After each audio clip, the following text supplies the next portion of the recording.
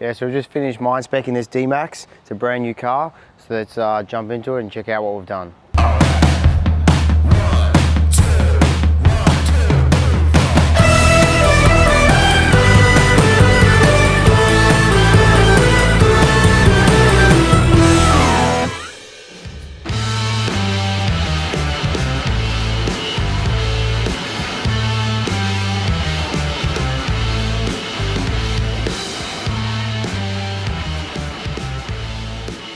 Yeah, so jumping into the engine bay. So there's not too much we've done in here. So we've just done a battery isolator. That's pretty standard for mind spec, and we just put it under the bonnet instead of on the bull bar. Just protects it a little bit.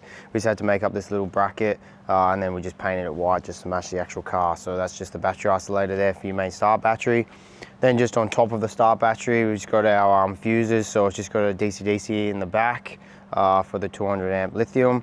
And then we've just got a second spot available there, so if they want driving lights and that in the future, they can do that. We have pre-wired, so it's ready to go for driving lights if they ever do want to chuck them on the front. So it just makes it a bit easier for them in the future if they do want to add that down the line. Then just jumping around on top of the toolboxes, we'll just put the SAM flag on top of there, and then that's just switched with the beacon circuit. So the SAM flag will only light up when the beacon's turned on, and then you've just got the beacon just located next to that, just on the same panel there. Just behind that is a 200 watt KT solar panel, and then that's just on a hinge, so it can just fold straight up, and then that way you can get in between the two toolboxes for any of those larger items, and then you just fold it back down, and then you've always got the solar connected. So that's where those items are housed there. And then around the back of the toolboxes, there's just a couple work lights, so they're just both switched from inside the cab. So there's just a switch inside the cab that you can just turn those on and off just to activate those rear work lights there. And then they just go straight into the toolboxes on each side. So on this passenger side toolbox, there's not a huge amount that we've done in here. All we've done is obviously just run the wire into that rear work light, and then we'll just chuck some ducting in along the back there. So originally they've got the tail lights up on the top, and they were just exposed cabling that went all along the top of the roof there.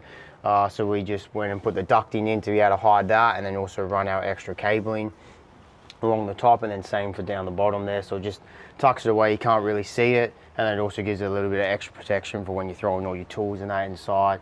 That way it's not going to get hit or damaged. Then also on the canopy doors, so we've just got our strip lights. These are the 900mm ones, so they're the longest ones we do, and then they just got the two functions. So you've got the white, and then you've also got the amber, and then they're also fully dimmable. So you just hold it, and then they'll just dim to whatever one you want. You can also have them so you have white and amber, and then same thing for the white, they're fully dimmable as well. So they get pretty bright. It's obviously during the day, so it's a bit hard to tell, but they get pretty bright, so they're pretty nice. You can get them in 900, 600, or 300, but canopy doors are obviously good for the 900s. And they've just got central locking, just two on each side, and they're just wired into the factory key fob, so no extra module required. And then that way you've got central locking toolboxes. That's pretty much everything in this toolbox. We'll jump around to the other toolbox and check out what we've done in there. Yeah, so jumping around into the driver's side toolbox. This one has a little bit more in it, but same deal. It's got the centrally locked locks. Same thing, 900mm strip light. We've also, the way we always do it is, you'll notice on this one compared to the other one, the switches are like back to front, from example. So they're on the front side on this one, but then on the back side on the other one. Main reason we do that is most people are right-handed. So yes, they are opposite, like for each side, but most people are right-handed, and it's just easier just to be able to turn them on and off with your right hand.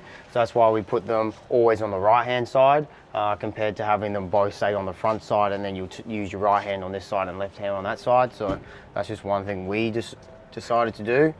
And then you've got a 1200 watt Victron inverter there, so it's only a small inverter just to run a few appliances and that, so they didn't need too much power. So that's why we're going for the 1200 VA one there.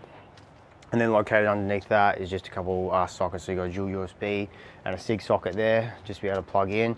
And then same deal on this one, we'll just put the tracking everywhere just to hide all the cables, and then that way it just protects it, like I said earlier before. That's pretty much everything in the toolboxes, so we'll jump inside the car and check out what we've done there. Yeah, so jumping into the back here, so this is an extra cab, so there's not too much room behind the actual back here, so we've just had to house the battery on the outside of that. So I just got a 200 amp Slimline Antron battery, and then all the fuses and that are just located just underneath the little flap on the passenger side there. So underneath there is just a 1240 BCDC, that's from Red Arc. And then just next to that is just a 6-way fuse box just to handle all the fusing. And then there's just a 4-way MIDI with 1 mega fuse holder as well. And then the mega is what's powering the inverter in the back. And then just the MIDIs were just for like the BCDC and then the 6-way fuse box there. And it's also got a 300 amp Victron shunt. So it's not a big system, so we don't need to go to the 500 shunt. So that's why we've opted for the 300 shunt. And then it's the same as what we normally do for most of our builds, is it'll be a Red BCDC for like the smaller builds, and then the Victron shunt. So the reason we pair those two together is just because the BCDC doesn't have an app, so there's no need to have Red Arc and Red Arc. But if we had to go on for like the Alpha, for example, then that does have an app, so we would have gone for the Red Arc shunt. But because the BCDC doesn't have an app and the Victron shunt is slightly cheaper, that's why we go for the Victron one. So that's why they're housed together. Then just located on that back left-hand corner is just a couple more sockets. So this is an Engel socket and then another SIG socket, and that's just because they're going to put a Engel fridge just on top of this little compartment here, and then they can just plug straight into that socket and they're powered up, ready to go. That's pretty much everything in the back here. So then we'll jump into the front and check out what we've done there.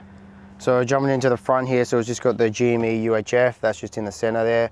On the D-Maxes, you've really only got the right-hand side and then 1 or 2 spares depending on what model you got on the center there. So we always try to put the UHF towards the center, or at least the left-hand side of the driver's side, and then that way it's accessible for both the driver and passenger. So that's why we've gone and put that one in there instead of putting it in one of the spots over on the driver's side here. So that's where that is. Then just over on the driver's side, so he's got a few switches here. So he's got the driving light switch, so if they do want to add driving lights in the future, that's there already wired, ready to go. And then located next to that is just the rear work light switch, so you can just turn those rear work lights on. And then located next to the work lights is just the beacon switch, so that's just wide fire ignition. So when you turn the key on and have the beacon switch on, that beacon will come on, same as the SAM flag, because the SAM flag is just connected to the beacon circuit.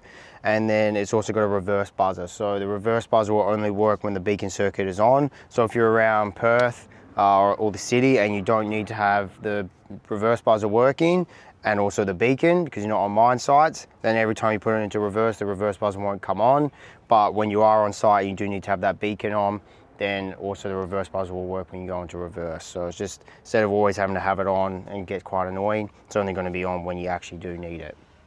That's pretty much everything inside here. Yeah, so it's everything for this D-Max. It's got all the essentials needed to go on site now, so now that's good to go. You'll be able to take it up north and then get on site. So if you have anything similar that you'll be after, you can just get in contact with us or head over to our website where you can get in contact with us there, and we'll catch you in the next one.